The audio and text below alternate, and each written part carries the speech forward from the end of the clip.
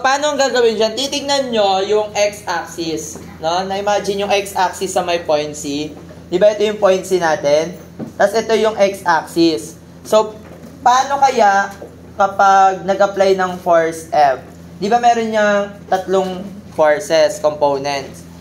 Sino kaya yung force na makakapagpaikot? Di ba ito yung x-axis nyo? Imagine niyo ito yung axis. Tapos, sino yung force na makakapagpaikot sa axis natin? No? Kunyari, imagine natin, ito yung x-axis natin, tapos nandito si fx. Mapapaikot ba nitong force na to yung axis na yan? Hindi. What if naman, so ibig sabihin, si fx, hindi magpo-produce ng moment dun sa x-axis. Yung fy, so ito si fy, di ba, papunta dito? Iikot ba si axis ng pagganitong rotation? Hindi din. Ibig sabihin, si Fy hindi siya magpo-produce ng moment sa X. Si Fz, iikot ba yung axis? Paano iikot yung axis? No? Ayan siya o pag ganon. So, ibig sabihin, walang iikot. No? Hindi magpo-produce ng moment sa X yung tatlong component. No? Imagine niyo top view. O sige, ano na lang, sa front view. Iikot kaya tong axis na to? Hindi, no? Hindi siya pipihit. So, ibig sabihin, yung mx nyo ay 0. O, paano naman yung my? O, titignan nyo yung axis sa y-axis, no? Ito. Na-imagine? O, ito yung axis sa y. Tapos, ito yung force sa x. Iikot ba si moment sa y? I'm sorry, yung axis sa y? Hindi din. Tapos, ito yung y-axis. Tapos, tingnan nyo sa right side view, no? Ito yung force natin nandito. Pag ganun. Iikot na yung axis na to. Ibig sabihin, si Fz, magpo-produce na siya ng moment, no? Pag ganung rotation. Tama? Iikot na dito sa axis na yan. Na-imagine, sa right side view, tignan nyo. So, ano yung moment na yon? Okay, turo nyo lang yung... Aray. Wala akong may masakit sa right thumb rule. Yung ito, right thumb rule, tuturo nyo lang yung positive axis. Tapos, tama, tinulak si Fc pataas. So, positive rotation. Tama, na-imagine. Ibig sabihin, yung moment sa y is equal to Fz. Ano moment arm ni Fz sa y-axis? Ano yung distance niya from y-axis? 2. Ay, 2 sa taas. No? Si Fy. Now, imagine ito yung y-axis. Tapos may force ka dito, na horizontal sa kanya. Iikot kaya siya ng ganitong rotation? Hindi, nakaparallel lang kasi siya, no? So, ibig sabihin, ang magpo-produce lang ng moment sa y ay yung Fz. Okay? Next. Moment sa z naman.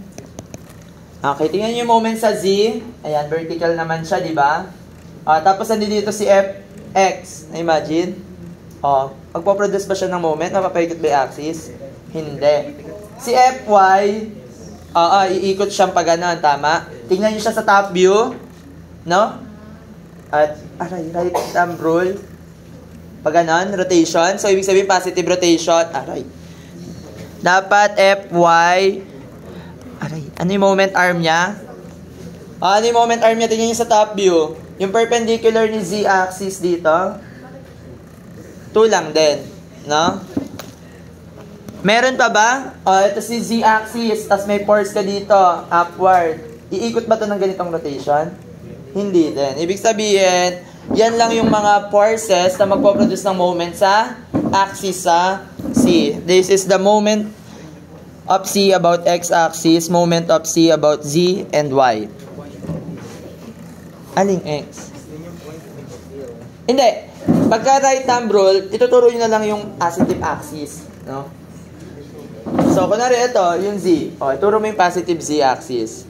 Tapos, ganito yung mga positive rotation. Kunyari, ayan, Palin yung kamay.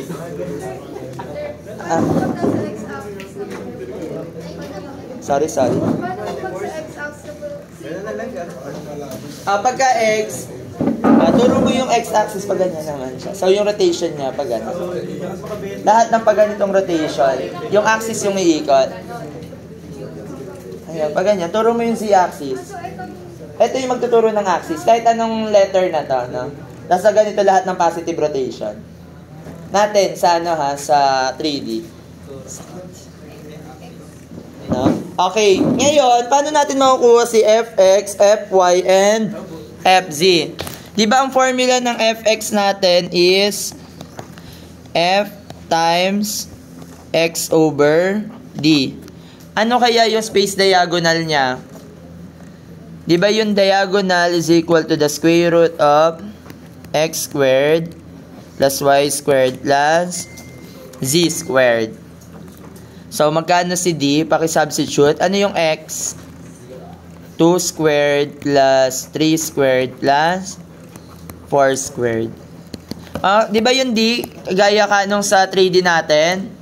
Di ba ang x component? Ito yung x. Yung length niya sa x, y, and z. So, magkano yung d? Square root of 29. Okay, so to solve for fx, that is the force, 500. X over d, magkano yung x natin? Ano yung nakaparallel sa fx? Anong length? 2 over square root of 29. Okay, simple nyo muna yan. Fy, that is equal to fy over d. Magkano yung fy? 500. Ano yung y component natin? Ano yung length ng y component? Ito yung y, fy, 4. So, 4 over, then fz, f multiplied by z over d. That is equal to 500. Z, ano yung z component? 3. Okay, so kahit hindi nyo na-calculate yan. So ngayon, solve na natin si mx. So mc at x-axis, 0. The moment at c at y-axis, fz, magkano yung fc? That is equal to 500. 3 over square root of 29 times 2. So magkano yung mcy? This is the moment at c about y-axis. Magkano to? 557.086 kilonewton meter. And then for MC at z-axis, that is equal to Fy, 500, 4 over square root of 29 times 2. So, moment at C at z-axis is equal to 742.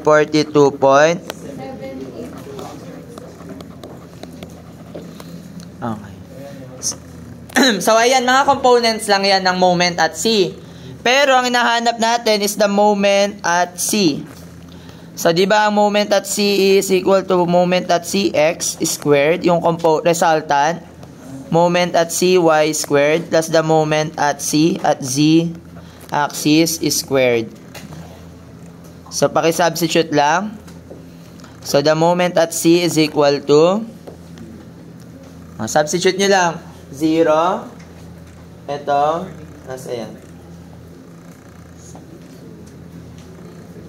928.477. Baka nag-i-store yung iba, okay lang, no? Papatawarin ko na yan. Kung naisulat nyo 476, 477, no? Papatawarin ko na yan.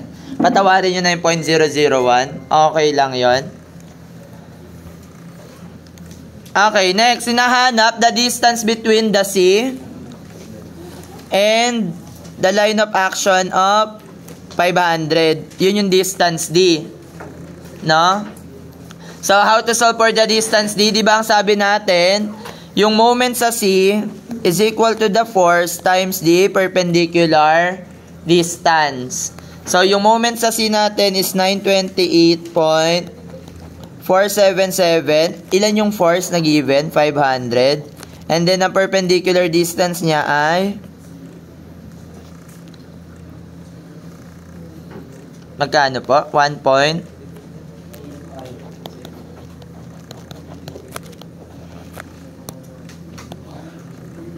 Okay. Ayan, kapag nahihilo kayo sa 2D na moment, pasensyahan na. Kasi pagka, sabi ko nga sa inyo, combination na yan ng mga pinag-aralan nyo sa Calbase. Kaya pagka nahirapan kayo sa Calbase, GG, no? GG na. Kasi imagine yung components nyo dun sa Calbase is fx, fy lang, no? Sir, cosine lang gamit namin, no? Cosine theta, sin theta, di ba? Eh dito, tapos kung may hypotenuse, slope, di ba? Ganun din naman, di ba? Eh, nadagdagan lang naman ng isang axis. O, tapos ngayon, dati, yung moment na pinapaikot nyo, puro sa xy plane lang, di ba? Yun lang yung pinapaikot nyo. Tapos, dito ngayon, nababago lang yung axis, no? Yung plane nyo. So, kung dito nyo tinitignan, parang ganun lang. Pwede nyo naman siya i-drawing ng iba-iba, no?